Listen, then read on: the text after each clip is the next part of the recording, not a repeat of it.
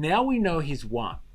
Let's go back, because we're going to see the proof in the pudding very soon. Let's go back and see what his plans were, actually, economically speaking, 3 weeks before the election. And then we can, like, as the weeks go on and the years roll by, we can actually see if the proof was in the pudding. Thank you very much. Standing ovation. The Economic Club of Chicago. President Trump, thank you for doing this, as we said, and you had the reception there. The business people of Chicago, like everywhere else, they like the neoliberal a lot elite. Of the things you want to do in terms of tax cuts, some of the spending proposals, but like many people, what they're often worried about is the cost. And the Committee for a Responsible Federal Budget, which is a bipartisan outfit, put out some predictions the other day. If you add up all the promises you've made, and your plans would add $7.5 trillion to the debt. That's more than twice the total for Vice President Harris. You're on course to push up debt up to 150% of GDP. This is a very business-like audience. Yeah. Why should they trust you with that? Because we're about growth. She's got no growth whatsoever, and we're all about growth. We're going to bring... She's got no growth. You know what? It's interesting because, like, if you look at this from a capitalist perspective, now the only way that capitalist mode of production works, right, with compound growth. Like, why is GDP measured? Why do they always talk about like needing a minimum percentage of like 3% growth a year? Because in order for capitalism to function, right, for you to be able to put money in at one start of the process and to pull more money out at the end, if everybody wants to do that, have more money at the end than what they started with, you need compound economic growth.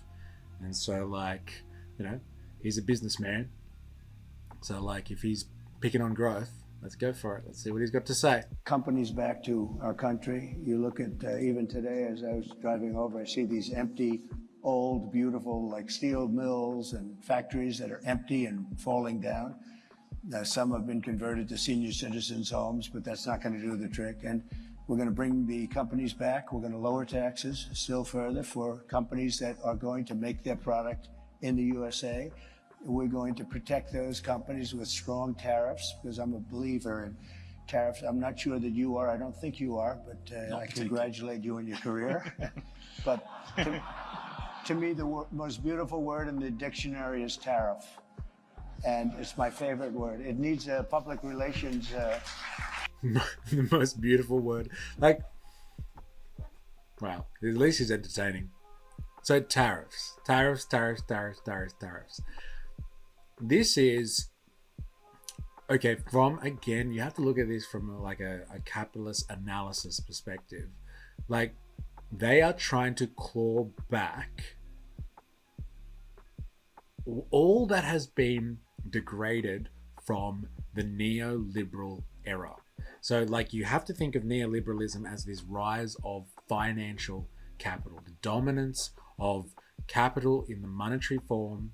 So, like, Marx describes money as, like, because in capitalism, money is also a commodity. It's not just a medium of exchange. It's not just an exchange value. It is a commodity in itself. Hence the hyper-financialization we have in the world market, right?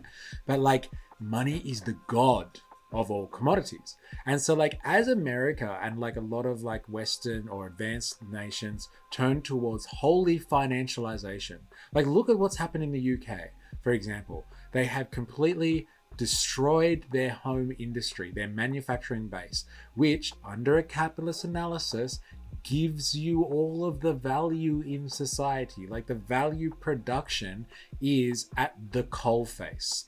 It is the service industry that is actually producing values for other people. It is the manufacturing and industrial sector that is actually producing value. It is the construction sector that is producing value. When the financialization happened as a result of the neoliberalization of the world, the manufacturing sector bottomed out in a lot of advanced capital nations. And if you're relying on other people like China or Bangladesh or Mexico or something like that to produce your value for you, whether you like it or not, you are beholden to them to produce real value, not the speculative value that comes from the monetary form through financialization. And so tariffs force on both sides of the fence, for it forces other countries to rethink their structure, the economy structure on their side, about how they're supplying nonstop to like the Americans or the advanced companies, and the advanced companies themselves to start to patch up holes where they're not producing any real value in the system. This is just a Marxian analysis of the global economy. Firm. Just to help it, but to me it's the most beautiful word in the dictionary. Tariffs, do you think that will bring in the revenues? To use another bipartisan group, Peterson Institute, they say they only bring in $200 billion.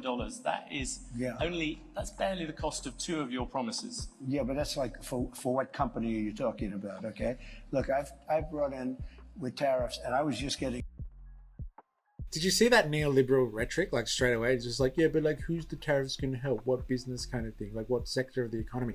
Like, don't you get it? It's not about business decisions. This is not about helping one corporation make more profits or something like that. Yeah, there's going to be costs up front, but like, this is about like steel manning your economy, making sure it will be able to survive in a world that, like we talked about earlier today, is going to be bipolar, multipolar,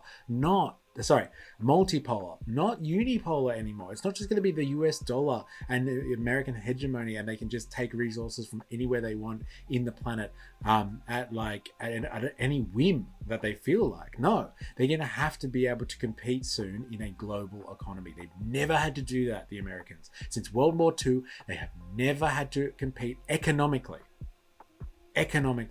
on the world stage. They have to be able to do that. And if you're a business person up front, like this economic club of Chicago, all you're worried about is next year's profits and stuff like that. Extremely short-sighted stuff. Like, from a capitalist perspective, like, let's be honest. And they're supposed to be capitalists. Started, then COVID came, and we had because I tell you what, I did a very good job in COVID. Nobody knew what the hell it was. I call it the China virus because I like being a little more accurate. But when that came, we got hundreds of billions of dollars just from China alone, and I hadn't even started yet. But tariffs are two things, if you look at it. Number one is for protection of the companies that we have here and the new companies that will move in, because we're going to have thousands of companies coming into this country. We're going to grow it like it's never grown before, and we're going to protect them when they come in, because we're not going to have somebody undercut them. And I could give you an example of this if you want. Would you like me to? Because it just Give me a quick example, then I will come back. I just found out about it. So I've been talking about for the last year about Detroit and how horribly it has been. It's just horrible, because we've been talking about Detroit's coming back for 40 years, and it's never come back. And it's very dependent on the car industry. Well, they've lost 60% of the business over a long period of time. And what happened is I found out a friend of mine builds auto plants. That's all he does. He builds auto plants. That's what he's good at. He doesn't want to build an apartment. All he wants to build and he builds the biggest in the world. And for the last year and a half, if anybody's heard me speak, I was talking about Mexico as a tremendous challenge for us right now. Tremendous. China is building massive auto plants in Mexico. And they're going to build them, and they're going to take those cars and sell them into the United States. They're very near the border, and they're going to have all the advantages and none of the disadvantages. And that's going to be the end of Michigan. It's going to be the end of, frankly, South Carolina. Going to be the end of everything. So I've been talking about this, and I said to him about 9 months ago, I said, you know what? I want you to do me a favor, John. His name is John. I don't want to give his last name because he might not like it. But I said, I want to see an auto plant. I want to go and see one of these. You press a button and everything works, right? I want to see one of the big ones. He said, all right, good. I said, where do we go? I'd like to go to Michigan. I'd like to go to someplace in the United States. He said, no, we can't do that. Why? We're not building anything big in the United States. That's not where we don't build the big ones here. I said, where are you building the biggest ones? He said, in Mexico. We're building giant plants, the biggest plants anywhere in the world. In Mexico, I said. So you mean they're going to make cars cheaply? They have advantages over labor and other things? In Mexico, I said. I love the way Americans talk like that. I said to him. I said to the guy, right? I said to him. In Mexico, no, unbelievable. And they're going to sell them into the United States, and they're going to put Michigan out of business. Is that what? I don't know anything about that. All I do is build the plants. If you want to see a plant, we'll go to Mexico. I'll show you the biggest plant in the world. That was 9 months ago. I saw him, and I talked about it all the time because I think it's a serious threat to our country, because not only autos, but other things. So then I see him 2 days ago. I was talking at another club, very nice club, and like this, except, I don't know, I think you people are probably even wealthier, okay? This was in Detroit, okay, which was appropriate. And I was showing them all sorts of charts about how their car, it's just gone down. It's like terrible. And I saw. Did you hear them all laugh? Ha ha ha ha. We are wealthier. Makes me sick. Saw him, and I said, "Oh, how are you doing? How have you been?" I said, "Could I ask you, how are those plants that you mentioned, those giant plants that you're building in Mexico, how is that coming along? Have you finished them?" "No, sir. They abandoned the project when they heard you're running. They abandoned the project when they saw that you were winning and doing well." We've got another 2 billion people. Interesting. Very interesting, eh? Well, like, this is the point of tariffs. What I was talking about before is about resilience. Like, it doesn't just mean that you're going to be like making some money up front in the existing industries. It forces your country to fill in gaps in your own supply chains. It starts up businesses elsewhere. And like it's funny because like a lot of people think that, the only people that like to use Marxist analysis of things are like anti-capitalists and commies and stuff like that. No. If you're a good capitalist and you want to know how to be better at capitalism, then you're a good Marxist.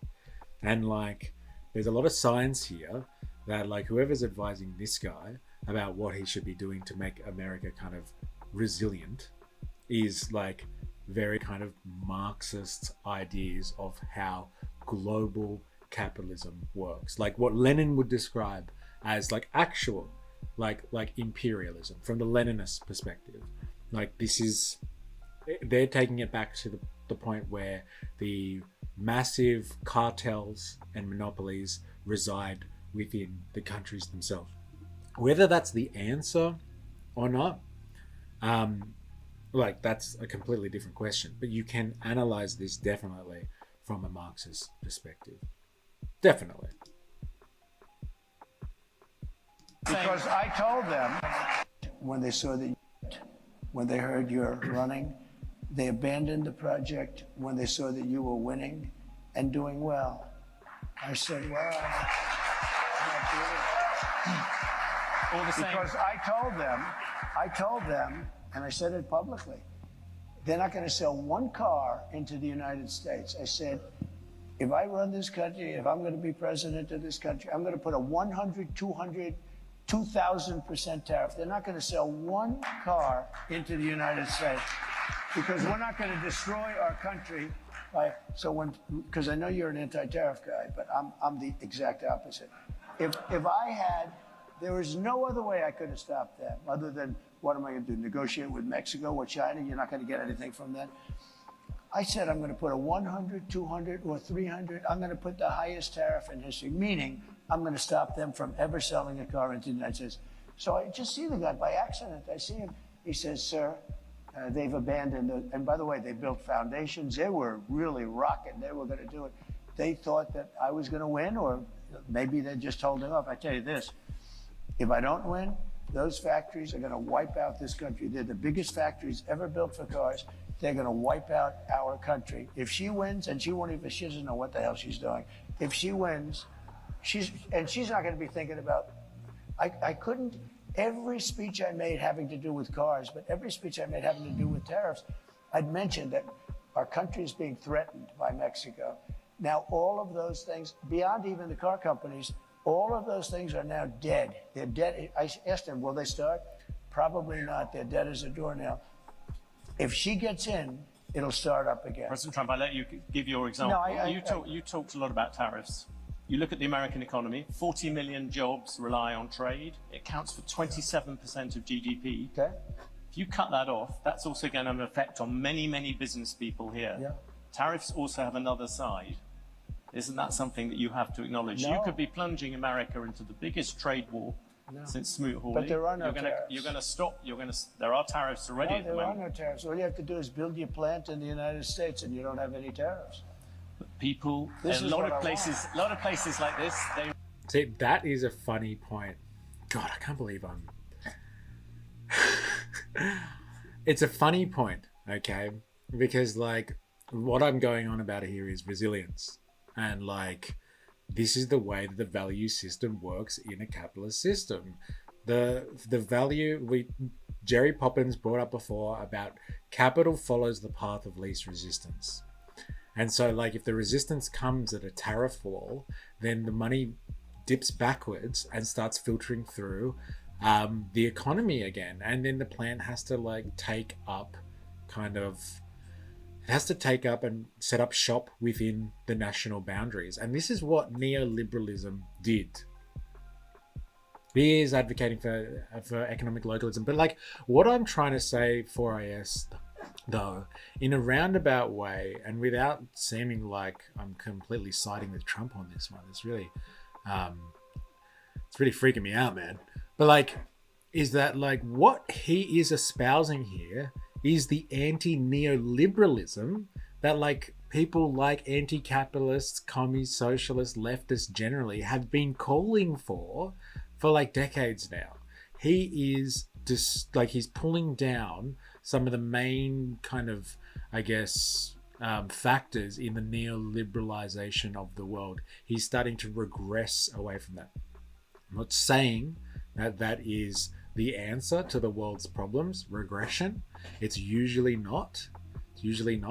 But this is very anti-neoliberal stuff here. Like, you've got, like, this guy on the right who is, like, the representative of corporate America, who's just worried about next year's profits. And, like, you've got Trump, who's just like, I don't care. I just want to make him all American again. Like, and he just cares about nationalism. So you've got hardcore representative of the global capitalist system versus a nationalist, basically. And, like, in this day and age, it would seem that nationalism is anti-neoliberalism. It's just weird how certain ideologies start to line up with one another. Like lefties from, 5, 10 years ago, 20 years ago, would have kind of definitely believed in this anti-neoliberal rhetoric. They would have been like, no, we shouldn't be offshoring all of these manufacturing jobs. We should maintain them within America. We need to keep our working class safe. Frame that quote, MysterE. I will, for IS. It'll be in my autobiography. there are a lot of jobs that rely on foreigners coming here. You're going to basically stop trade with China. You're talking about 60% trade on that, 60% tariffs on that. You're talking, as you said, 100, 200% on things you don't really like. You're also talking about 10, 20% tariffs on the rest of the world. That is going to have a serious effect on the overall economy. And yes, you're going to find some people who will gain from individual tariffs. The overall effect could be massive in terms of the economy. I agree. It's going to have a massive effect, positive effect. It's going to be a positive, not a negative. Well, let me just No. Let me finish. It must be hard for you to, spend 25 years talking about tariffs as being negative, and then have somebody explain to you that you're totally wrong. It'll have a negative. It will have. I'll go a step further. If you don't do this, this country has no chance. 40 million jobs is a lot of jobs to rely on. They're all coming back. Those are 40 million jobs. Those are 40 million jobs in America that rely on trade. Are you ready? John Deere, great company. They announced about a year ago they're going to build big plants outside of the United States, right? They're going to build them in Mexico. And you threatened them with tariffs and they stopped. That's right. I said, if John Deere builds those plants and not selling anything into the United States, they just announced yesterday they're probably not going to build the plants, okay? I kept the jobs here, and I'll keep them. John Deere will stay here. And I'll tell John Deere, if you do build outside of the United States, you can if you want. For instance, India is a very tough country. It's not only China. You know, China is... This is really weird. Like, listening to this is really, really weird. Like, if he was, like, kind of the head of a union or something like that. I don't know. Like, some type of labor organization body or something like that. Like, you would accept the fact that, like, this person is just fighting for, like, the working class or something like that. This is a big part of what that Robespierre channel that we were looking at before was talking about, and like Jonathan Pye was talking about, like, when we looked at that too. Like Shazam, like we were touching on this earlier, why the hell is it that people are attracted to him in the first place? Like, he is actually speaking about, like, things that matter to working class people. He's talking about, like, having the economic basis within your own borders in order to, like, support local manufacturing. Again, from a Marxist perspective, like, the value in a system, the basis for the entire profit system comes from value production and skimming off the surplus value on top of that. And, like, you don't get much more, like, direct surplus value for manufacture and direct services. So, like, you know, taking this stuff back within the boundaries of your nation, that is, like I said before, anti-neoliberal stuff. Well, he's justifying it, Shazam. He's justifying it by saying that, like, basically, in the longer term, if we have insane tariffs put on anyone trying to import goods that we should be making in our country, kind of thing, we will have a situation where the local economy will have to pick up to fill in the gaps in that hole. So if they're blocking electric vehicles from coming into the country, then the Americans are going to have to produce their own electric vehicles, and companies will move back to America. So any company that's like General Motors or something like that, that has plant in China, or like he was talking about, that have like plant in Mexico, if they want to avoid the tariffs and still sell to the American population, they literally have to start coming home and setting up their industrial plant within the US borders. So that's how he's justifying this. Now, many of the people that are attacking this idea are coming at it from the perspective that, hey, up front there's going to be massive costs to this, and there will be. Like, there's nothing wrong about that. That is actually right. He is not addressing at all what this guy is saying in terms of, like, we're going to lose jobs up front. So people are going to lose out because of this.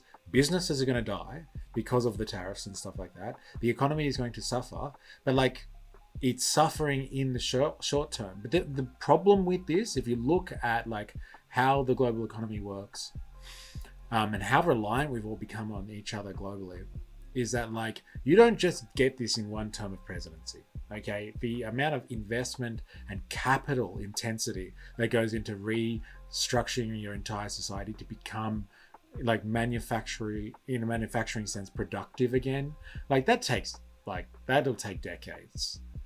It might be done faster, maybe half the time, maybe a decade, but it's not going to be in the time that he's president. It'll be, wouldn't companies just import loads of stuff? Wouldn't companies that import a load of stuff just leave America then? Well, like, yeah, but, like, if they're American or something like that, they'll actually have to go and find homes somewhere else and join the economy outside of America somewhere else. But, like, if they want to stay in America, if they want to continue to feed off the American market, if they continue to want to be Americans themselves, they're going to have to work within the system. So yes, absolutely, they could just pick up and leave America. But, like if Australia did that, right, you'd have all these companies disappearing. If, like, most of the European countries did that, you'd have all these companies just being like, well, screw you, we're not doing this. But, like, the Americans have the advantage of being the number one economy in the world. They are number one superpower when it comes to being the, like militaristically, economically, whatever you want to say it. Like, they have that backing. So, like, the question will be, the companies that, like, would want to, shut up shop in America and go somewhere else, where are they going to go? China? China's very protectionist. They're not just going to let all these American businesses in and just open up solely to trade within China. Like, where will they go? Brazil, Russia. They can't go. Like, it's limited their options of going elsewhere, and that's the advantage that the Americans have, and potentially will have for a very, very long time. Like I don't see a situation where the Americans lose that edge of just being an absolute economic powerhouse. They have a massive landmass from the East Coast to the West Coast. They have demographics in their favor. They are one of the only populations in the world that is not aging. Like, it is still got a relatively young population. It is also full of resources and can feed itself. It literally has like the whole of Middle America, like, kind of thing, is basically like its food bowl. And like, it has, like I said, lots of resources to call upon. Like, thanks to the advancements in like the way that they frack for oil and stuff like that, they don't even have to rely on the Arab states anymore. For so long, their foreign policy was just about, like, keeping the Arabs in check so they could make sure that like oil was supplied to themselves and the rest of the world. But like, they don't even have to do that with the technology that they have now. They've got enough oil reserves within their own like kind of limits and proximity to their landmass that they can really be self-sufficient. And like, they've always got that advantage, the Americans, and like, he's playing on that. Is I would say, probably the toughest, but there are a lot of tough. You know what's very tough? European Union. Our beautiful European countries, wonderful, wonderful. If you add them up, they're almost the size of us. They treat us so badly. We have a deficit. I said to Angela Merkel when she was there, she's not there anymore, I wonder why, but when she was there, I said, Angela, how many Chevrolets do we have in Berlin? Why, Donald, you have none. He said, that's right. How many Fords do we have in Frankfurt? I don't know, none. I said, that's right. You know how many cars we have? Mercedes-Benz, BMW, all of the Volkswagen, millions and millions of cars. And then I said, farm products. They don't want our farm. They don't want anything from us. We have deficits that are crazy. We're not going to have them anymore. We're going to put tariffs on them, and they're going to do. And you know what they can do? The Mercedes-Benz will start building in the United States, and they have a little bit. But you know what they really are?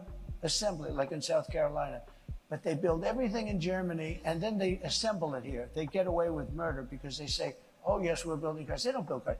They take them out of a box and they assemble them. We could have our child do it. Can we come back? Let's come back to the Europeans in a second. What about consumers? People out there. They're going to be the biggest beneficiaries. Yeah, critics say your tariffs will end up being like a national sales tax. No. Because the countries if you have America at the moment has $3 trillion worth of imports, you're going to add tariffs to every single one of them. That is going to push up the cost for all those people who want to buy foreign goods. No. What's going to happen? That is just simple mathematics, President Trump. It's not. Yeah, it is, but not the way you figure it. I was always very good at mathematics. Yes. Let me tell you, you're saying $3 trillion.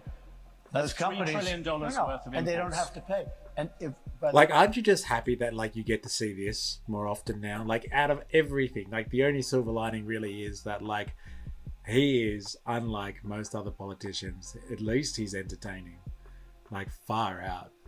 Like, oh my God. At least there's that. At least he'll make you laugh every now and again. The higher the tariff, the more likely it is to have them come into the country. The higher the tariff, the more you're going to put on the value of that piece, those goods, the higher people are going to have to pay in shops. Ready? It's true. The higher the tariff, the more likely it is that the company will come into the United States and build a factory in the United States so it doesn't have to pay the tariff. That will take many years. It will take many years. It will take many years. Trump won't acknowledge that. Like, we talked about this before. Trump won't acknowledge that because, like, obviously it doesn't suit him politically.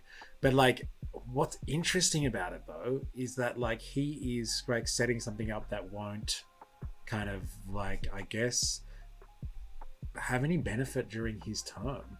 Trump is so right. Slap tariffs and they'll have to move their jobs. 100% correct. Yes, thank you. We've got our foreign correspondent back. Oh yeah, there he is, David. But like, yeah, I don't know how to say this without coming across like I'm just completely agreeing with Trump on everything, but like his position is anti-neoliberal. And like we have been complaining about the neoliberal order for a long time. And like it would seem that his rhetoric, at least, remember, we started watching this because we want to be able to compare, come back here in like, I don't know, 6 months, 2 years time or whatever and say, haha, he said he was going to do all these things and he didn't. Or it'd be like, oh my God, he delivered on this. So like, you know, it really does seem that like this guy's right, whatever our mate here, the representative of the global corporate elite is saying, like it's going to have upfront costs, yeah, but like it will have longer term effects, like bringing back industry. And like once they invest that capital and the tariffs kind of go, then they have to decide to deindustrialize, which takes a long time too. And like in a bipolar world, so like when American hegemony is not the be all and end all anymore, like, you know, it's going to be important for countries to have their own localized production and manufacturing. Again, just from a purely kind of Marxist kind of like analysis of how capitalism kind of works from that standpoint. In fact, I'll tell you, you know, there's another theory is that the tariff, you make it so high, so horrible, so obnoxious that they'll come right away. When I do the 10%, 10% is really, first of all, 10% when you collect it is hundreds of billions of dollars. The numbers that you're talking, all reducing our deficit. But really, so there's two ways of looking at a tariff. You can do it as a money-making instrument, or you can do it as something to get the companies. Now, if you want the companies to come in, the tariff has to be a lot higher. Yeah, it does. I know. I think I know what you're talking about, 4IS. I don't like it either, because usually people use it to like attack commies and stuff like that and say that they're just like Nazis or something like that. But let's see if we're thinking about the same thing. Horseshoe theory. Horseshoe crab.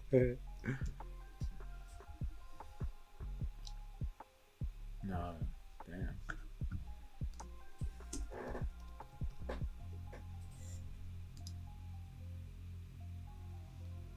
Yeah, political horseshoe theory. Can you guys see that properly? So like, yeah, communism and, you know, far right ideologies kind of swing back around and meet each other very closely at the end. You're talking about that because like what Trump's, like I keep on saying like Trump's rhetoric is like anti-neoliberal, right? Yeah, I get it. Like it kind of does, but like we're just looking at economic rhetoric here. Like this political spectrum covers way more than just how you deal with like, you know, global trade. Like there's some pretty crazy kind of like, you know, nationalism, like crazy stuff here. Like, because communism is definitely, you know, international. It's not nationalism at all. There's other things here that are definitely kind of not covered, or like, you know, are on this spectrum that I wouldn't say the left and the right touch or lock with in step.